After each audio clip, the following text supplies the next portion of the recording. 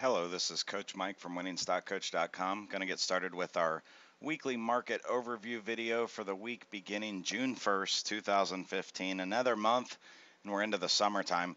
If you recall from last week's video, we talked about a couple downside targets. We actually came down into the first one. That first downside target didn't allow for much of a fall for just what could be a pretty minuscule type pullback before another move up, and really off of that 2102.63 for the S&P 500, we've still got to kind of keep an eye on that. I do want to kind of talk about a couple other things. On this weekly chart, the technical pattern that we're actually seeing here is called an evening star. The evening star is actually considered a bearish pattern, but it's a bearish pattern on this 3 candles with a 4th candle of continuation only. So if, regardless of where we opened up on Monday, if we would be to drop below the close of this past week, that's where we would find some bearishness. But I also want to go down to a couple smaller time frame charts. First off, over here on the daily chart, we had that close earlier in the week down at 2104.20. That's going to be a point that we could use for shorter term support.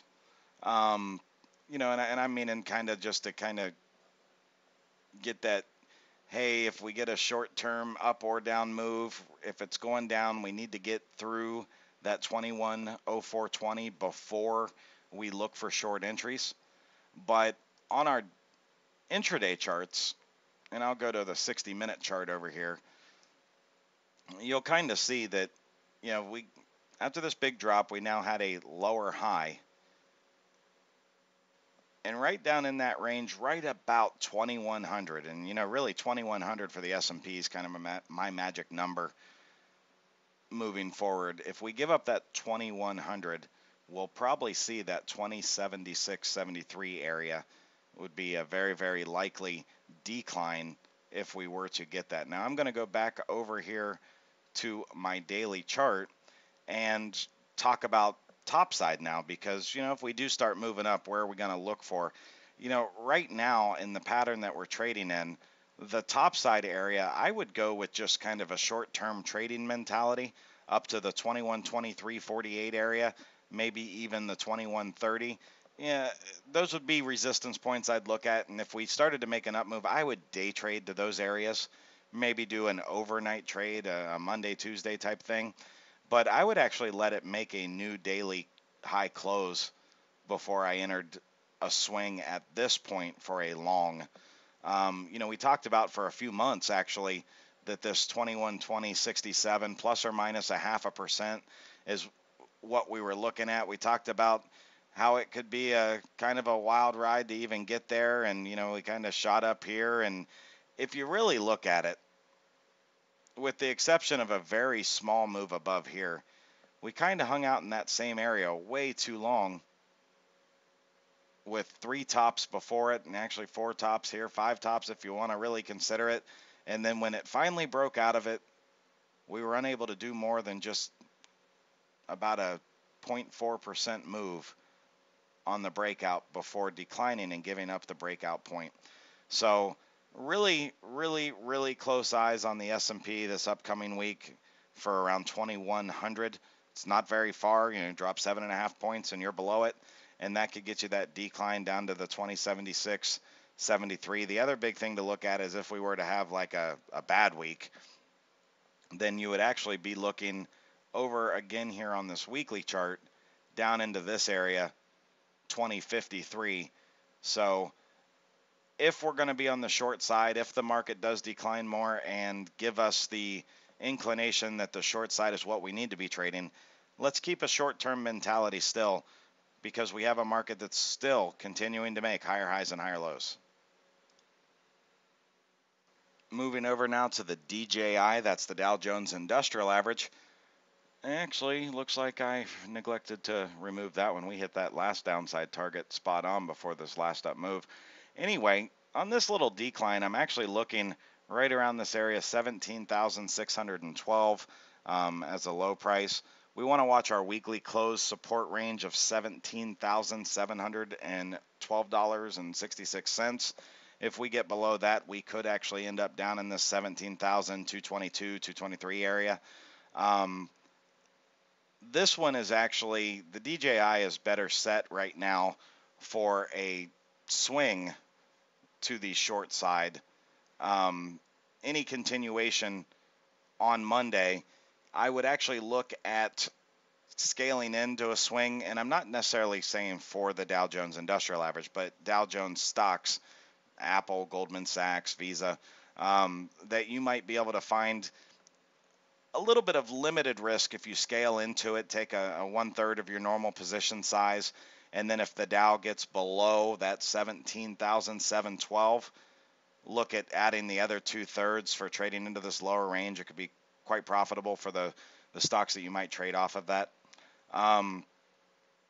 If we go down to our daily chart, you actually see it's not a pretty one. It's not a textbook version, but anybody that's ever had any type of schooling or training for anything, I don't care what it is, the way they draw it up in a book isn't the way it usually happens in real life. And what you actually had here on the daily chart was a head and shoulders pattern.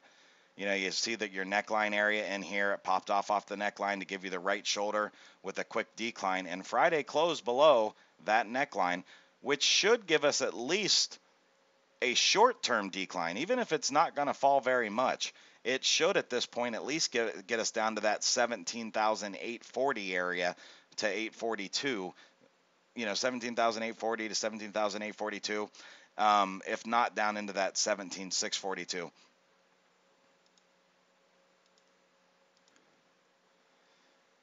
Now over to the RUT, that's the Russell 2000 Small Cap Index.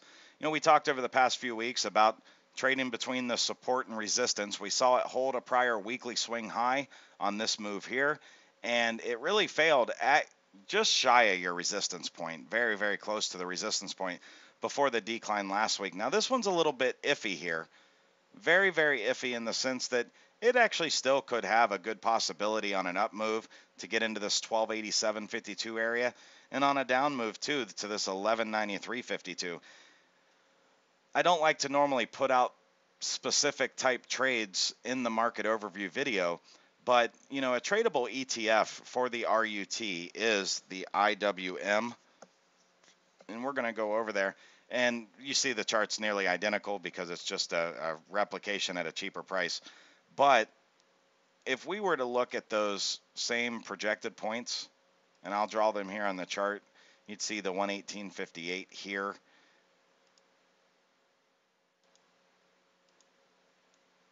And then actually 132.99 would be one feasible point as well. The one that was more replicated on that other drawing that I had would have been right here at about 132.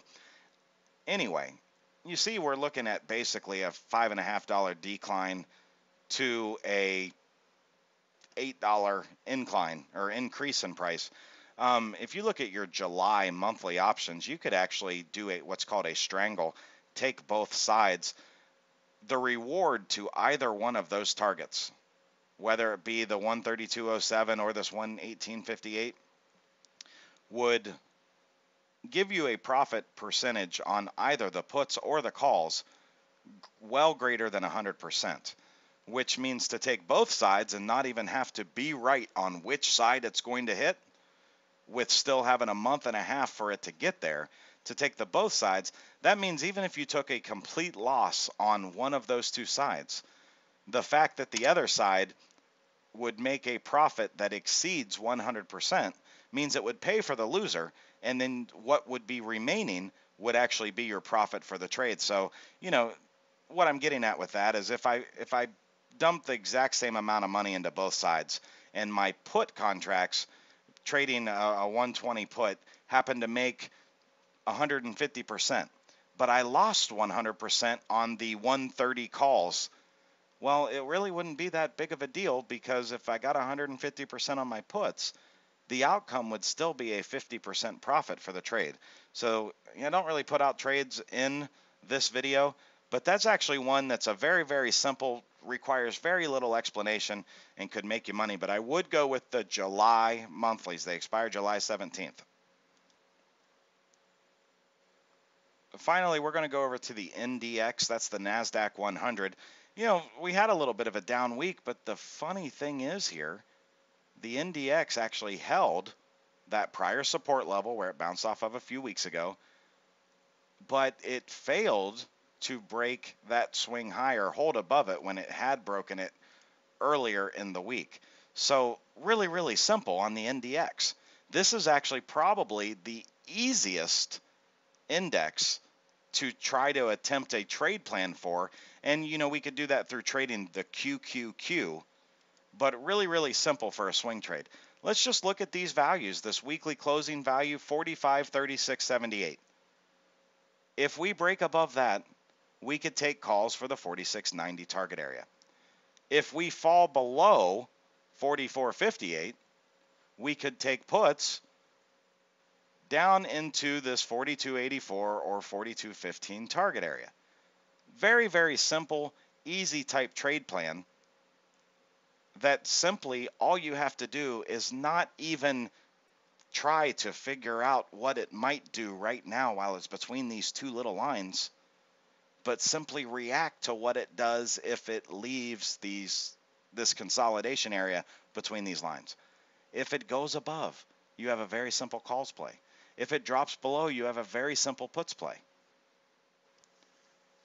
And I'm actually now going to pull up the QQQ, which is a tradable ETF, to be able to trade this, and the values are going to be much different. It's not like a normal close to 10% comparison, but you can actually see here that the same consolidation channel right here.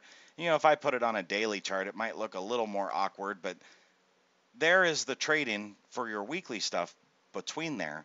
And you see that even though you had times where the days went below it, you would have even easily had the opportunity to make profit on the downside. The upside, not so much.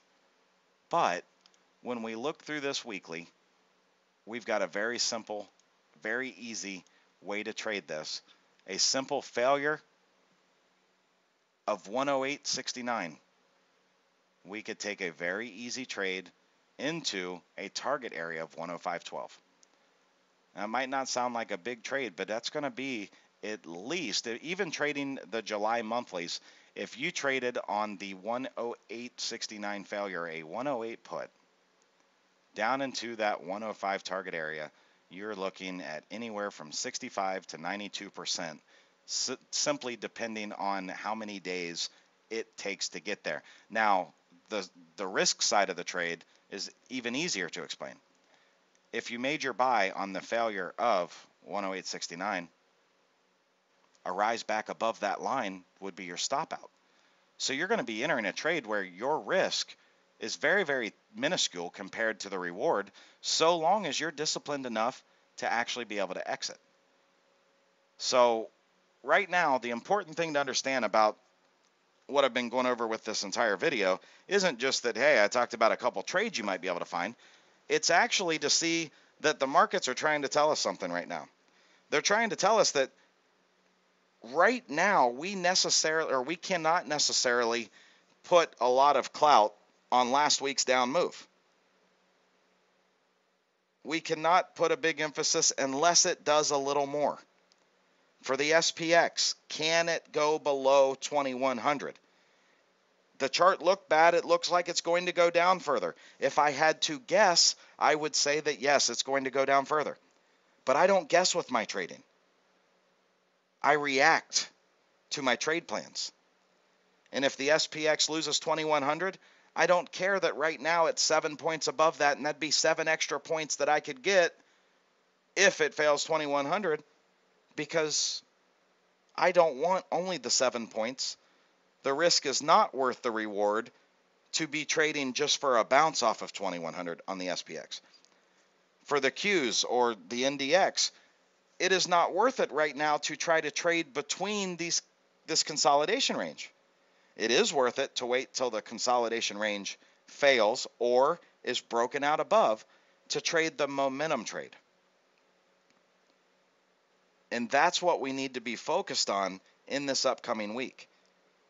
Much, much different when you get into summertime trading than what you find the rest of the year, where you do have regular volume, regular volatility. You have to trade the breakouts in the summertime.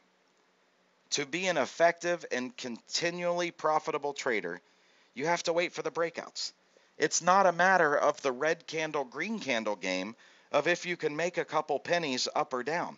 It's about how do you manage the risk? And you manage the risk by waiting for opportunities that have a higher probability of producing a winning trade. And that's how you manage the risk. We have a lot of very tight consolidation ranges right now. A lot of things that simply require you to be patient. A lot of things that are telling you that if you will be patient, I'll reward you. And a lot of things that are probably going to be telling you that if you're not patient, they're going to hurt you. This is Coach Mike with WinningStockCoach.com, encouraging everybody to have a plan for every trade you make and trade your plan without emotion. God bless you all, and the best of luck to you in the upcoming trading week. Check us out at WinningStockCoach.com. Check out the Coaches Roster newsletter, top-rated stock and options trading newsletter on the web.